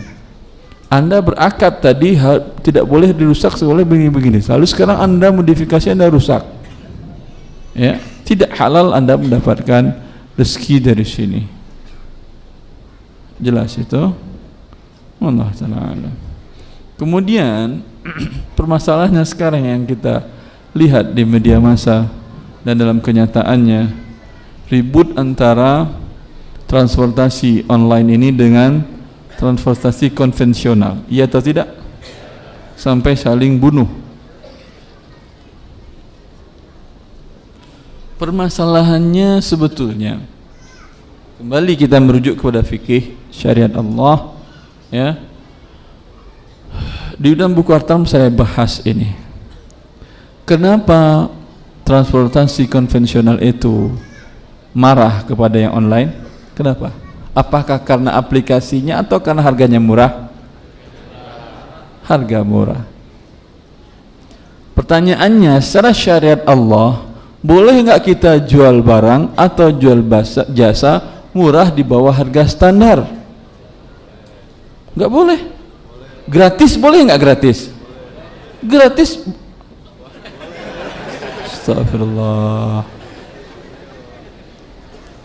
Umpamanya, si A, masya Allah, ada pengusaha yang kaya di Arab Saudi itu setiap hari Jumat, silahkan kaum muslimin yang mau makan siang di rumah beliau, di rumahnya yang punya bank Islam tadi itu gratis. Terkadang dia makan Jumat bareng kaum muslimin, ada yang kaya, ada yang miskin, ada yang teman, ada tetangga, dan entah dari mana datang aja makan. Kadang sampai 300 orang, 400 orang, gratis. Boleh nggak ini? Itu nggak ada rumah makan yang demo, nggak ada. Kamu gara-gara gratis orang nggak belanja lagi ke kita, nggak ada. Hai.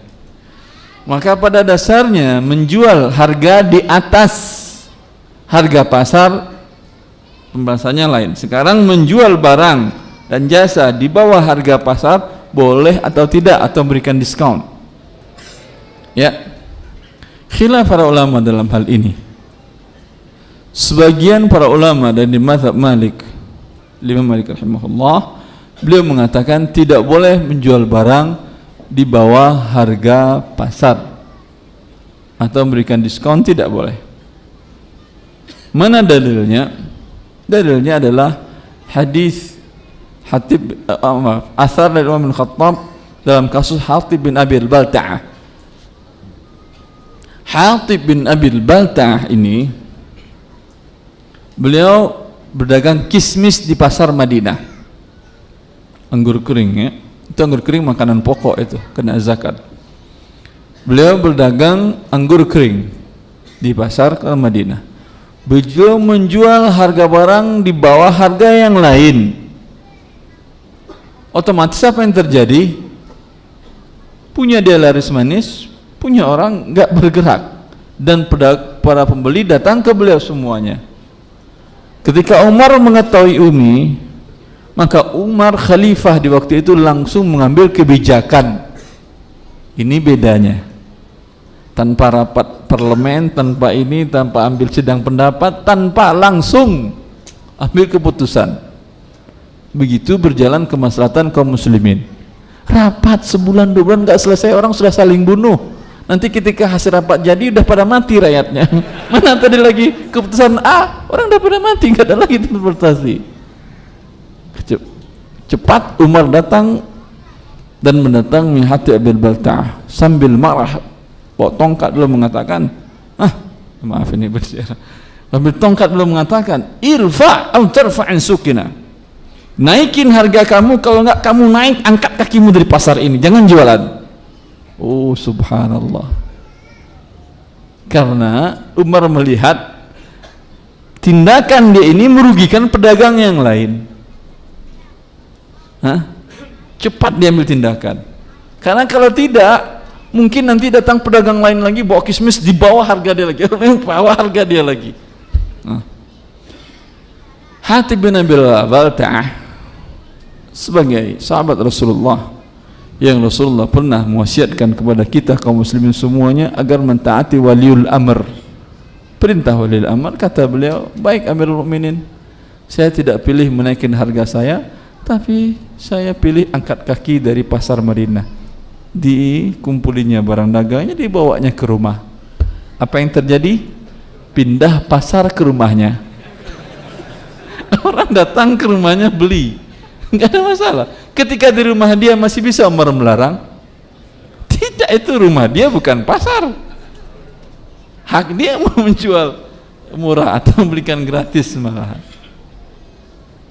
Maka kemudian Imam Malik juga dijelaskan, kemudian Umar radhiyallahu taala rujuk dari kebijakan beliau tadi. Beliau datangi Hatib bin Abi al-Balta'ah dan mengatakan, wahai Hatib, aku usir engkau dari pasar karena aku melihat tindakan kamu itu bisa merusak pedagang yang lain. Tetapi sekarang yang terjadi, saya tidak bisa lagi mengontrolnya, ya. Dan perbuatan menjual murah adalah suatu perbuatan yang baik, silahkan kau dagang lagi, ya. Maka dalam hal ini pendapat yang terkuat pendapat jumhur para ulama, boleh jual barang di bawah harga pasar, karena memang membawa dampak kepada para pedagang, kerugian bagi bagian pedagang, barangnya lambat lakunya, tapi menguntungkan pembeli. Pembeli itu adalah rakyat banyak. Mana banyak pembeli dari pedagang? Pastinya pembeli. Dalam kaidah syariat, yutahammal ad-dararul khas lidaf'i ad-dararil 'am. Sekarang ada kalau harga pasar yang dapat mudarat, harga tinggi dapat mudarat siapa? Rakyat, jumlahnya banyak pembeli.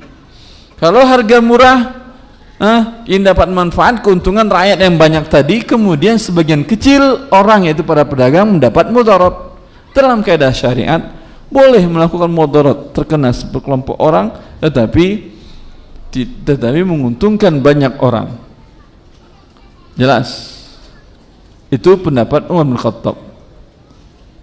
Tetapi semua para ulama sepakat kalau diskon yang dibuat itu tujuannya adalah ingin menghancurkan pasar, memonopoli, ini hukumnya haram. Paham? Kalaulah Hatib bin Abi al-Balta'ah atau pedagang makanan pokok dan kebutuhan manusia atau umpamanya pemilik SPBU yang mereka ini adalah bisa memonopoli, punya kekuatan besar, stok yang banyak, dan kemampuan untuk mematikan lawan. Cara dia untuk mematikan lawan atau para pesaing seperti tadi, dijual semurah-murahnya sehingga para pedagang tadi yang pedagang kecil gulung tikar. Ya atau tidak? Anda lihat. Kemudian setelah para pedagang itu gulung tikar, dia nggak masalah bagi dia rugi di awal. Rugi dia dari awal nggak ada masalah. Tetapi kemudian setelah orang gulung tikar, dia akan taruh harga semau-maunya dia untuk menutup kerugian yang tadi. Ini haram hukumnya, memberikan mudarat kepada kaum muslimin. Sebagaimana dia merugikan manusia, semoga Allah rugikan dia dunia akhirat.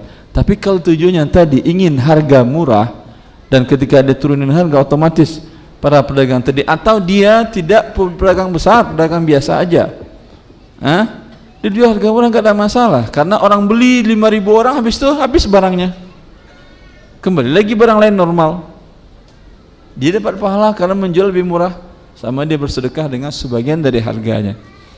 Faham ini? Allah barik. Assalamualaikum warahmatullahi wabarakatuh. Assalamualaikum. Ini saya masih bingung mengenai syarat untuk jual beli, termasuk dalam hal ini dijual beli online. Ya. Tadi kan syarat pertama itu harus barang dimiliki. Terus yang kedua ini yang saya permasalahkan barang itu dimiliki atau diwakilkan oleh pemiliknya untuk dijualkan. Tak syarat wakil itu tidak ada bayar dulu baru dikirim barang, seperti yang kita jelaskan tadi. Terus nah yaitu yang saya masih pertanyakan itu mengenai tentang barang itu harus saya miliki dulu, itu bagaimana tadi Anda dengan supplier kenal atau tidak? Enggak. Kalau enggak, mau enggak dia barang dikirim dulu, uang nanti? Tentu tidak, karena dia enggak kenal Anda. Berbeda dengan kasus yang tadi. Kalau yang dia adalah temannya, bisa kan bayar nanti kan ya? Berarti kalau harus bayar di depan, akadnya Anda dengan dia jual beli, bukan keagenan. Kalau akadnya jual beli, berarti Anda menjual barang yang belum Anda beli, walaupun sudah dibeli belum diterima. Termasuk nggak dalam larangan hadis Hakim bin Hizam tadi?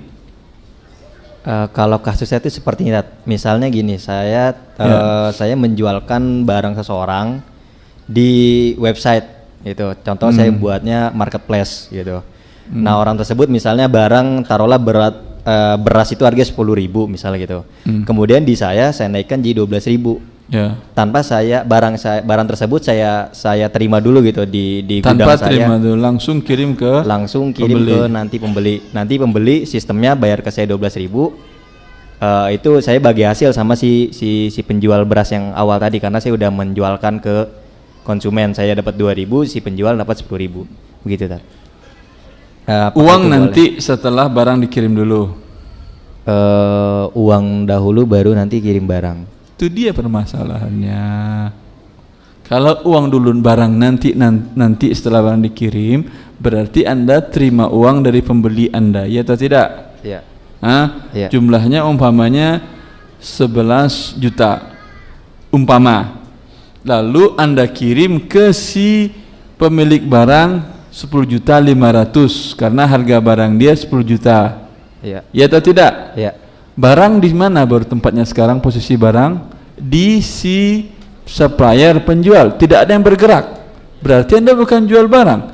Terima uang 11 juta di sini, kasih 10.500.000, dapat 500.000. Tukar uang dengan uang, ya atau tidak? Iya. Iya, itu namanya riba. Iya kan, tukar uang dengan uang bukan barang. Jadi seharusnya barang saya kirimkan dulu gitu Tat, baru dia transfer. Atau bagaimana itu? Solusinya Tat. Kalau saya kirim dulu kan nanti banyak solusinya. Pertama, kalau orangnya kenal, selesai urusannya dengan yang tadi. Udah kirimin barang dulu, uang nanti. Ini bisa juga Anda beritahu kepada dia, bisa nggak saya bikin scam seperti ini? Uang nanti. Kemudian barang kirimin dulu. Paling dia mengatakan saya nggak kenal kamu, nggak masalah, saya akan deposit uang di tangan Anda. Kalau saya nggak bayar, potong dari situ. Sekarang mau nggak dia jadi keagenan? Bukan bayar ya, kalau bayar nggak boleh lagi karena gabung beberapa akad. Ya, tapi kalau bayar, kamu bisa jadi reseller saya, tapi harus bayar kos, bayar apa? Bayar uang keagenan. Tidak ada uang keagenan. Tapi deposit uang, ternyata saya tidak ini, silahkan atau rekening bersama. Pada saat saya ini ambil penutupnya. Nggak mau juga dia, kalau nggak mau juga dia, memang harus Anda ketika datang penawaran, Anda bilang ke dia sebentar dulu ya, jangan okein. Artinya tulis di form bahwa ketika dia mengatakan setuju, akad belum terjadi mengikat.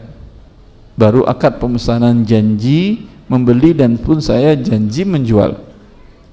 Jelas? Jelas, Tat. Gunakan itu untuk barang yang belum ada stoknya di tangan Anda atau bukan dengan akad keagenan. Setelah itu Anda buat, dia mengatakan setuju. Anda cek barangnya, telepon, ada Pak? Ada. Jelas? Pak saya beli ya, ya udah.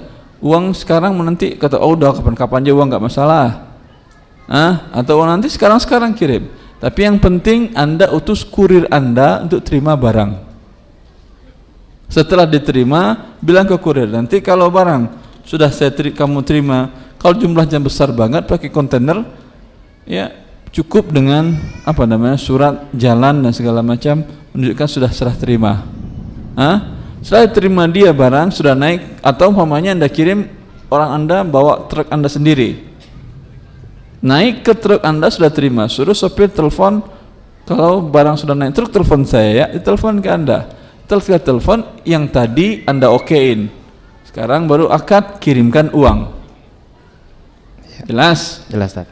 Karena janji dia nggak jadi, ternyata saya nggak jadi udah dapat barangnya, rugi Anda? Rugi. Betul, rugi. Karena ada risiko, rugilah boleh dapat untung. Paham tuh? Kalau yang tadi kan ada risiko rugi, untung saja, itu dia namanya riba juga. Dalam Islam nggak boleh begitu. Iya, Tat. Ya, syukran, Tat. Assalamualaikum. Allah barik fiik. Sakit kepala tuh.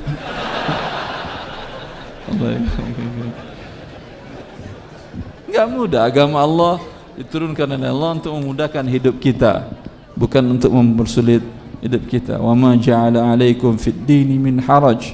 Allah tidak menjadikan dinnya ini untuk membuat kita susah. Silakan Ibu. Assalamualaikum Ustaz. Assalamualaikum warahmatullahi. Bagaimana jika dalam kita jual... sampai jam 3 kali ya, 3:04 sholat, 4 jam buat siap-siap mau sholat. Jam 3 insyaallah, setengah jam. Silakan Ibu.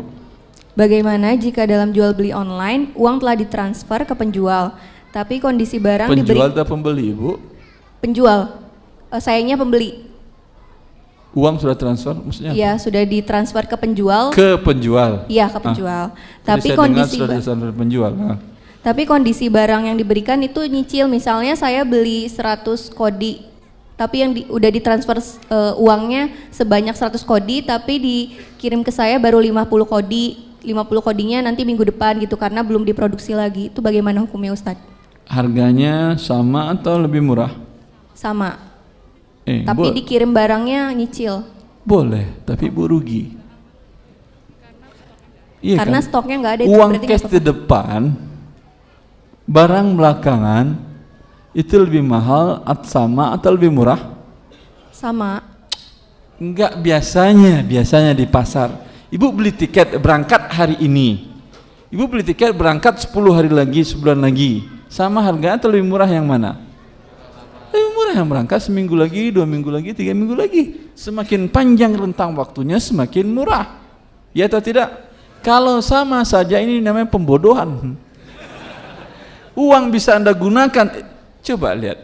Uang seminggu tadi bisa diputar.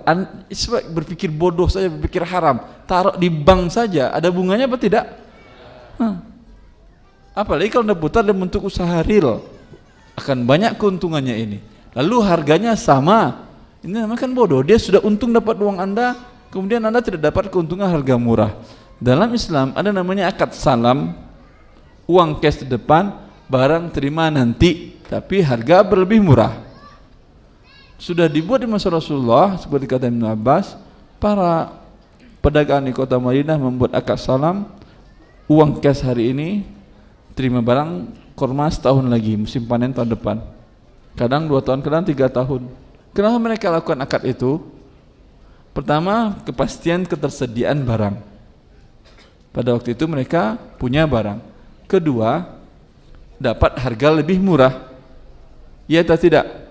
Dia kebalikan dari jual beli kredit, tidak tunai. Barang duluan, uang belakangan, sama atau lebih mahal?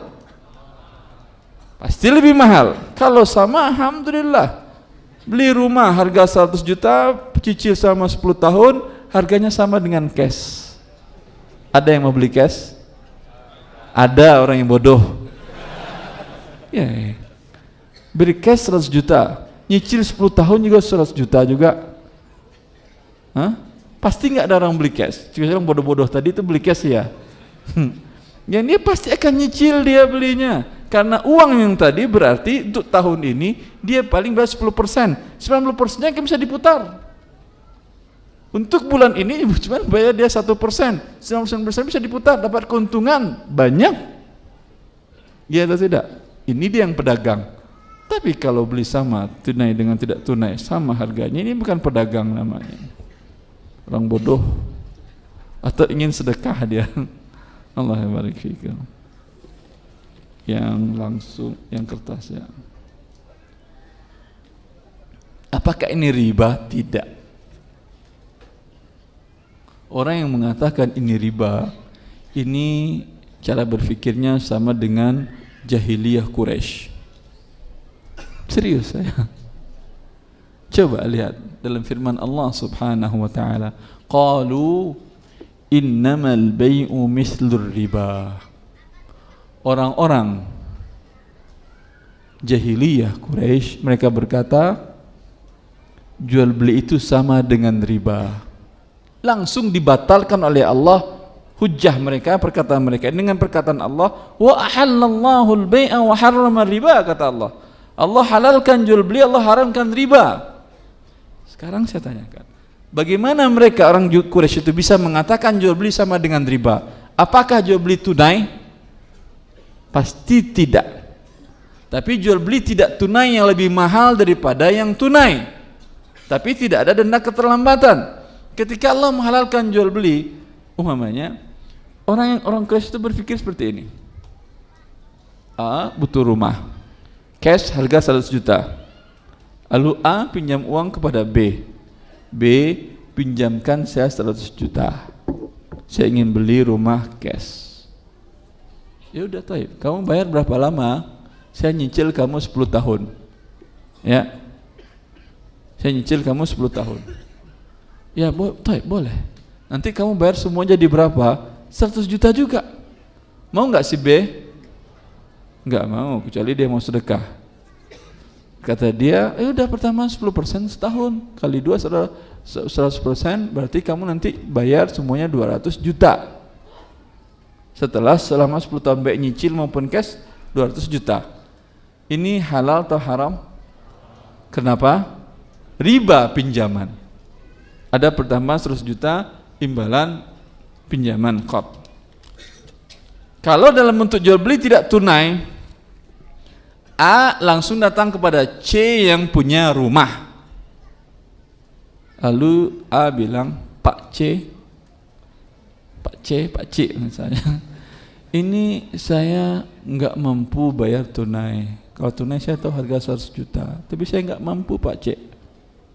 Ya udah, kamu mampunya berapa nyicilnya? 10 tahun Pak C. Ya udah, kalau gitu harga juga 100 juta buat kamu ya. Boleh nggak ini? Boleh. Tapi Pak C ini dapat untung nggak nanti dia dagang? Enggak, karena semuanya nggak ada bayar hari ini, 10 tahun bayarnya lagi. Kan sama harganya kan? Ada nggak orang masih mau bayar tunai? Tentu tidak ada kecuali yang bodoh tadi. Paham antum? Nah, tentu Pak C mengatakan, ya udah sebentar. Kalau kamu bayar 10 tahun, saya jual harganya dengan 200 juta rupiah. Terlambat saya nyicil, ada pertambahan nggak Pak C? Tidak ada, itu riba, saya tahu riba. Tapi kamu bayar 200 juta dengan cicilan sekian per bulannya. Boleh atau tidak? Boleh. Tapi kata orang jahiliyah kan sama. Jual beli tidak tunai kamu 100 juta pertambahan, riba juga sama-sama 100 juta. Ya atau tidak? Kalau jual beli kamu halal, riba juga halal, kata si Quraisy tadi. Maka orang yang berpikir sama dengan itu, cara berpikirnya tidak berbeda dengan Quraisy. Allah langsung bantah, enggak sama kata Allah. Yang ini uang dengan uang, riba kata Allah. Yang ini uang dengan barang, jual beli halal kata Allah. Jelas. Nas Quran ini bukan ijtihad Erwandi, bukan. Nas Quran dan kesepakatan ijma' para ulama seluruh dunia. Keputusan dari Oki bisa Anda baca di buku Harta Haram, bahwa dibolehkan menjual. Seluruh fatwa Syekh bin Baz rahimahullah mengeluarkan fatwa ketika ditanya tentang jual beli tunai beras lebih tidak tunai lebih mahal, beliau jawab boleh. Jual beli motor tidak tunai, kendaraan mobil lebih mahal, boleh. Nas dari Dewan Fatwa Internasional mengatakan boleh menjual tidak tunai lebih mahal dari yang tunai. Jelas, cukup jelas ini. Tadi sampai di mana? Ini tadi ya. Kertas tadi ya. Fadhal, bismillah. Assalamualaikum warahmatullahi wabarakatuh. Waalaikumsalam warahmatullahi wabarakatuh. Ustaz, kebetulan saya seorang pengrajin ya Ustaz, pengrajin kulit. Nah, pengrajin apa? Kulit. Masya Allah. Nah sekarang saya menjual produk-produk saya tuh di e-commerce online ya Ustaz. E-commerce ya, marketplace. Ya, kayak Anda nggak langsung jual? Saya langsung jual Ustaz. Bukalapak gitu, Tokopedia. Anda langsung jual tapi menggunakan menggunakan jasa itu. Jaksa iklan melalui mereka. Betul Ustaz. Uang Anda tertahan. Oh ya, uang saya itu tertahan di saldo mereka Ustaz. Mereka berapa hari? Itu bisa kita langsung ambil sih Ustaz sebenarnya. Jadi misalnya kalau ada barang terjual hari ini terjual gitu ya, malam itu bisa saya langsung ambil gitu, saya langsung withdraw. Bisa langsung withdraw. Saat Anda sampai barang bisa langsung terima uang pada saat itu? Bisa. Terima uang lebih dulu juga bisa? Terima uang lebih dulu masuk kan masuk. Kalau seperti tadi bisa, seperti Bu itu nanya, bayar uang sekarang, barang serahkan nyicil selama sebulan. Oh, nggak bisa Ustaz. Nggak bisa? Nggak bisa. Jadi harus ada konfirmasi terima barang dulu dari si pembeli, baru uang itu masuk ke saya Ustaz. Ditahan uang Anda oleh dia? Iya betul Ustaz. Kalau uang itu jumlahnya 1 triliun, berapa bunganya buat dia itu? Banyak Ustaz. Iya, kalau bunga per hari aja 0,1%, sudah 1 miliar. 0,1% 1000 ya, per 100 per 1000 itu per 100 ya, 0,001 per 1000 dapat 1 miliar dia. Nahan sehari dapat 1 miliar dia. Dan dia berharap barang Anda nggak nyampe-nyampai. Sehingga uang di tangan dia terus. Hitunglah ya. Jadi kata siapa gratis, jangan sombong Anda. Enak di situ gratis, kata siapa? Per hari bagi dia dapat sekian angkanya. Nah, itu oleh karena itu Anda membesarkan orang ini. Itu kalau dari saya tahu maksudnya adalah ini agar karena mereka sudah dipercaya orang, begitu kan ya? Iya. Ya kan ya? Betul. Berarti Anda tidak dipercaya orang.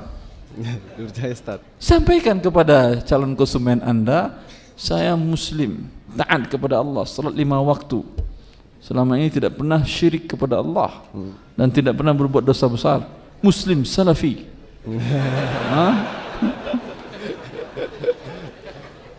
Dan minta kepada orang yang selama ini bertransaksi dengan Anda, tolong dong nulis apa gitu, testimoni tentang selama ini nggak ada masalah jual beli dengan beliau, dan alhamdulillah terkadang kalau ada masalah barang diganti lagi, pokoknya nyaman. Anda nanti bisa buka lapak baru Anda. Mati lapak-lapak yang sudah ada itu. Jelas antum? Jelas Ustaz. Tapi itu kan itu dari sisi penjual Ustaz. Kalau dari sisi pembelinya, kalau misalnya untuk membeli yang di e-commerce seperti itu gimana Ustaz? Dia bukan beli ke yang marketplace kan ya? Dia kan beli dengan pemilik barang langsung kan ya? Iya betul. Iya boleh, nggak ada masalah. Cuman masalahnya sekarang adalah si penjualnya dibodohi. Iya, Ustaz. Boleh pembodohan Ustaz? Boleh, kalau mau dibodohi seikhlas mau diapain? Redo dia dibodohi, alhamdulillah. Ustaz, kalau saya jual langsung agak lambat penjualannya Ustaz gitu kan ya. Memang di awal, namanya usaha di awal seperti itu, tapi ketika banyak para pembeli yang berikan testimoni yang baik, bukan testimoni bohong, karena iklan juga tidak boleh dengan cara bohong. Anda minta fulan terus bayar gitu, itu jadi bohong juga, nggak boleh. Ya, syukur Ustaz. Allah barik fiik. Ibu-ibu silahkan yang langsung pakai mic. Assalamualaikum warahmatullahi wabarakatuh, Ustaz. Assalamualaikum warahmatullahi wabarakatuh, Ibu. Apa hukumnya beli saldo kartu busway di halte busway? Peraturan yang berlaku saat ini, isi saldo di halte busway kena charge 2.000. Misalnya kalau isinya kartunya 20.000, maka bayarnya 22.000. Apa? Kalau beli kartu busway itu kena charge 2.000 rupiah, Ustadz. Imbalan apa 2.000 rupiah ini? Administrasi pembuatan kartu. Setiap isi pulsa kartu setiap busway, top up diisi top up, dipotong dia 2.000. Iya. Dipotong, harus bayar. Harus dilebihin. Umpamanya Anda isi 100.000. 100.000 saldo, bukan 100.000 bayarnya tapi 102. Iya. Gitu. 2.000 lagi biaya administrasi. Administrasinya real atau tidak ini? Administrasi apa? Nggak tahu. Hah? Di banknya, bank pengen dapat uang di awal. Kalau begini orang nggak mau. Bank itu kalau Anda bawa uang ke dia bukan motong tapi ngasih bunga. Kalau dipotongnya real halal, tapi dia ngasih bunga riba. Yang riba itu lakukannya. Kalau ini enggak, dipotong kan ya. Wallah ta'ala. Kalau imbalannya jelas, ya imbalannya. Padahal dia diuntungkan dengan uang ini. Prepaid ini kan dia diuntungkan kan ya, dengan orang bayar di depan kan diuntungkan dia kan ya prepaid. Tadi kan ya atas dasar apa? Dia tidak riba, akan tetapi si pengguna terzalimi. Kalau umpamanya pengguna merasa diuntungin dan merasa tidak masalah lah dizolimi 2.000, nggak masalah. Ya, itu jangan-jangan dipotong jajan anak karena ibu dipotong orang, hari ini jajanmu dipotong juga 2.000. Allah barik fiik. Jelas ya. Sekarang yang dari kertas, bolehkah bekerja di Bursa Efek Indonesia sebagai IT? Deskripsi pekerjaan membantu dalam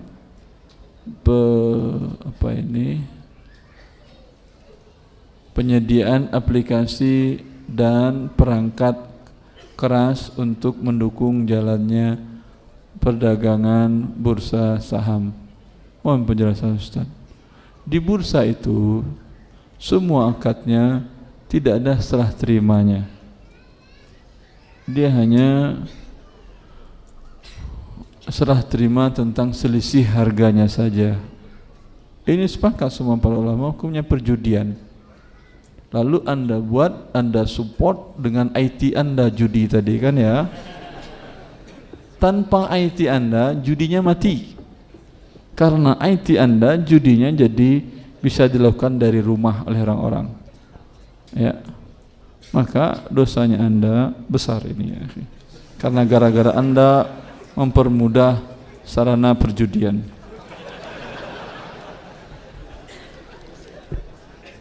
Fadhal yang langsung.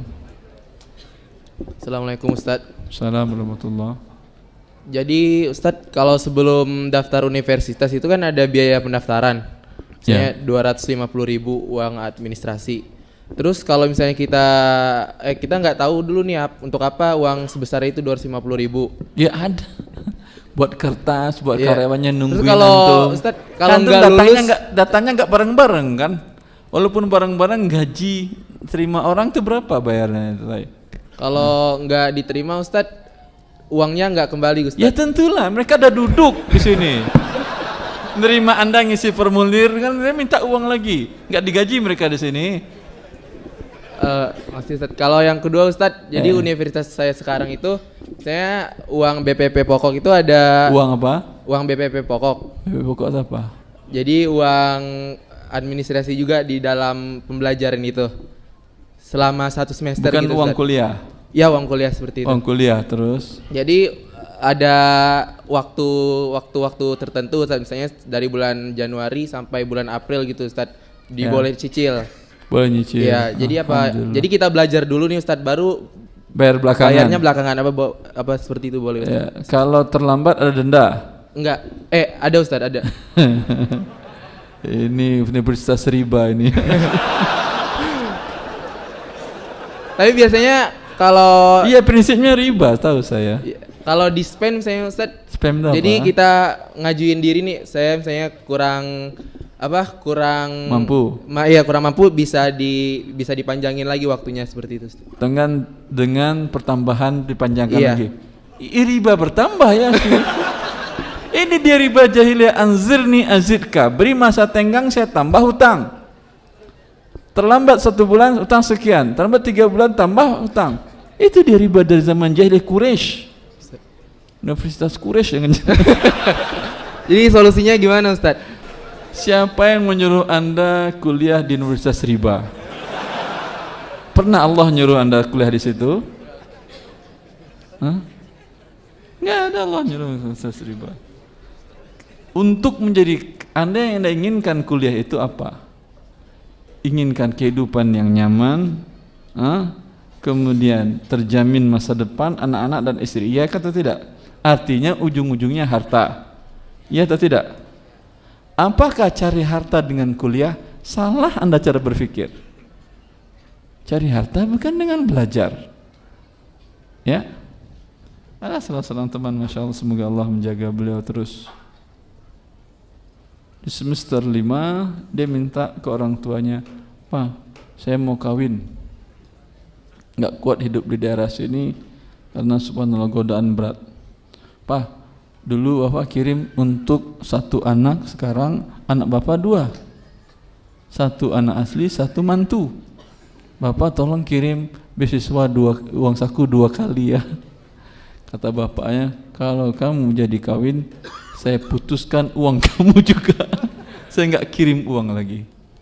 Karena dia merasa ini memberatkan hidup dia dan harus menyelamatkan diri dia dari dosa besar, dia tetap nekat nikah. Laki-laki kan boleh nikah tanpa izin orang tua, boleh kan ya? Nikah dia. Nikah, setelah nikah sibuk dia berusaha berbisnis, mencari menghidupi diri dan anak-anaknya dan istrinya. Walhasil dia kuliah di universitas teknologi terkenal di Indonesia. Walhasil gagal, S1-nya dapat, sarjananya gagal.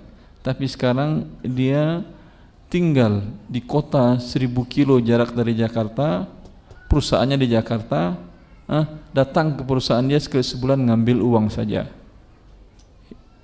Kerjaannya tidak ada, hanya ngontrol perusahaannya saja. Kaya raya. Saya bilang, alhamdulillah antum keluar dulu dari universitas itu. Kalau enggak mungkin saya dengan teman-teman yang lain. Cuman gaji 10 juta, 511 juta, kalau dia bisa meraup 100 juta per bulan, 200, tergantung penjualannya. Terkadang perusahaan terkadang bisa 1 miliar sebulan. Anda mau jadi sarjana atau mau jadi orang kaya? Jelas? Allah Ustaz. Baik.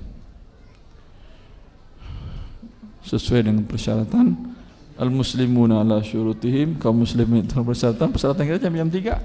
Subhanakallah bihamdika asyhadu an la ilaha illa anta. Assalamualaikum warahmatullahi wabarakatuh.